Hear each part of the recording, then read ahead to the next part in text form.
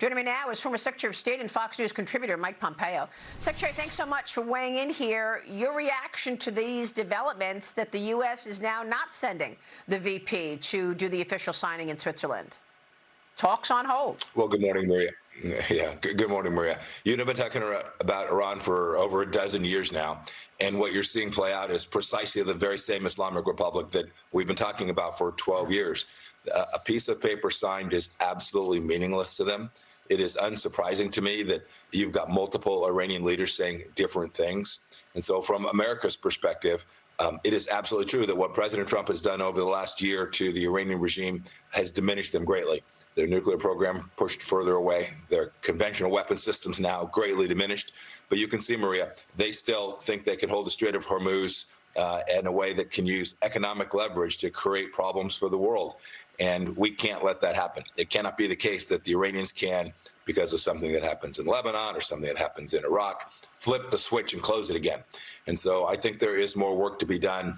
I don't think that some have said the Iranian leadership is turning a new page after 47 years. They're sorry for what they've done to kill 1,000 Americans. That is naive. These are radical Islamist terrorists. They still are. And the United States has done amazing work under President Trump. I think there's still more work to be done to bring them to heel, to get this international waterway opened permanently with no tolls, no fees, and no risk that a ship going through there is going to have some of its sailors get killed. Yeah, I mean, so what is the way forward? I mean, the Iranians think that they've got President Trump's number, that they think that he's worried about the price of oil and gas ahead of the midterm elections. I think they've got that in their head, and they think that they could just, call the shots here. I'm not sure I agree with that. I don't know. I mean, I know the president is concerned about the price of oil and gas, but I don't think that's going to stop him from going back in there and bombing. What's the way forward in your view? Maria, we're all worried about the price of gas, of electricity, of everything that people need to survive and to feed their families and take vacations, all the things that the American people want to do. But I think you're precisely right. Look, the market that everybody talks about has gone up before the war. It went up during the war, and now it's gone up after the MOU was executed. That's a result of American energy and innovation, creativity, and a government that has now rewarded risk-taking. And so I think it is absolutely the case that we don't have to settle for, boy, we have to bend a knee to the Islamic Republic in order for the American economy to thrive. I think we can do both. You know, CENTCOM said on June 11th that the Strait was open. Economic freedom, Operation Freedom, can absolutely achieve that. We can get the Strait open. We can keep the global economy in a good place, and importantly, the American economy in a better place. And while still not giving billions of dollars to the Iranian regime. And, Maria, last thing to say is, I've heard some of the administration say, well, there's no American money.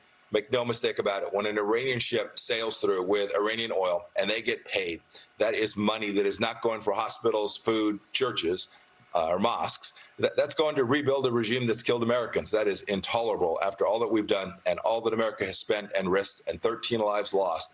We have to finish the task and make sure that the Iranian regime can no longer threaten us the way they have for the last decades, Maria. Now, there seems to be a rift between the U.S. and the Italians.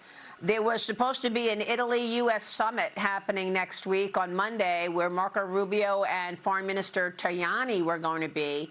And Tajani just canceled his trip to the United States, saying that there were offensive words by President Trump toward Prime Minister Giorgia Meloni. Tell me what your thoughts are on the Italian-U.S. relations and whether or not you believe that this is a serious issue or not. Maria, as a fellow Italian-American, we want to see good, solid relationships between our two countries. Right. I don't know what to make of this. I've seen the reporting.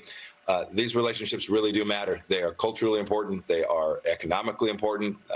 Italy is proven an important security partner. That is, we have significant military operations that run through military facilities that are located in Italy.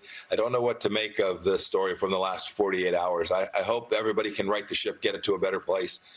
We need the Europeans to stand up and do the necessary. That's true for Italy. They need to spend more of their own treasure, their own people, providing for their own sovereignty. I hope that the United States and Italy can get this right. I hope we can do it more broadly with all of our European security partners.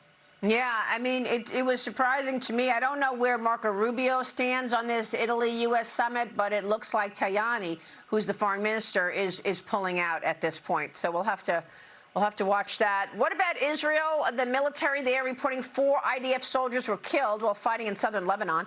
Prime Minister Benjamin Netanyahu has vowed not to withdraw from the current security zone in the country, despite multiple warnings from the U.S. And VP J.D. Vance called out Israel, warning Netanyahu not to rock the boat. Watch this. Donald J. Trump is the only head of state in the entire world who is sympathetic to the nation of Israel at this moment in time. And he happens to be the head of state of the world superpower. If I was in the cabinet of the Israeli government, I might not be attacking the only powerful ally that I have anywhere left in the entire world. The problem for Israel is not Donald J. Trump. And anybody in Israel who thinks their biggest problem is the president of the United States needs to wake up and smell the reality of the situation that country is in. Your reaction? Well, I haven't seen any Israeli leaders talk about the United States being a bigger problem than Tehran. In fact, during my time as CIA director and Secretary of State, the Israelis were deeply focused on their partnership and friendship with America and their absolute effort to destroy the regime inside of Iran. I don't think that's changed. Your point about Lebanon, we're not going back to before October 7th, Maria. The Israelis understand that when they get a couple thousand people killed from the Iranian-backed Hamas, they're not going to let the same thing happen up in the north. And so they're going to do the necessary in the same way the United States would. They're going to protect their own people. They're going to make sure that people can live free and safely inside of their own borders in northern Israel. And so I suspect that while the Iranian regime may try to use Lebanon as a wedge, they don't own the joint. It is a sovereign nation. And Hezbollah is a terrorist organization designated by the United States of America. Israel's going to do the necessary, and I appreciate the fact that the Israelis have done so much hard work to decimate Hezbollah that killed so many Americans. Well, real quick on Ukraine, Secretary, overnight, Ukraine hitting Moscow and their oil refinery, one of them in one of the Kyiv's largest attacks in Russia. On Russia since the start of the war. This strike was the second of its kind within the last 3 days. Ukraine is aiming to cut off Russia's main supply of revenue following Zelensky's appearance at the G7 in France, gaining support from a majority of European leaders. President Trump aiming to reignite peace talks there. Your thoughts on the Ukraine war? Maria, pretty impressive set of capabilities the Ukrainians have now demonstrated. You know, it's always been quite uneven. The airport in Kyiv is closed. You can't fly in there on a civilian commercial flight, but the airport in Moscow has been open. And I think you're seeing the Ukrainians now say, we're going to go put pressure, not just along the boundary, not just on the border, not just in the Donbass. We're going to go put pressure on Russia inside of the country, not attacking civilians in the way that the evil Vladimir Putin does, but going after military industrial supplies, routes, munitions factories, manufacturing sites.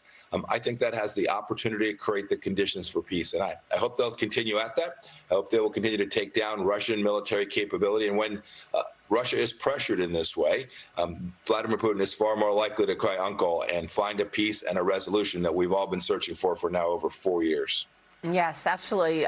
Secretary, good to see you. Thank you. Mike Pompeo this morning. We will talk soon. Thank you, sir. President Trump posted this on Truth Social moments ago. We did not meet out of desperation. Iran did. They are finished. We will play out the 60 days. They get no money, not 10 cents, writes the president. Things are heating up. You're watching Mornings with Maria, live on Fox Business. We'll be right back.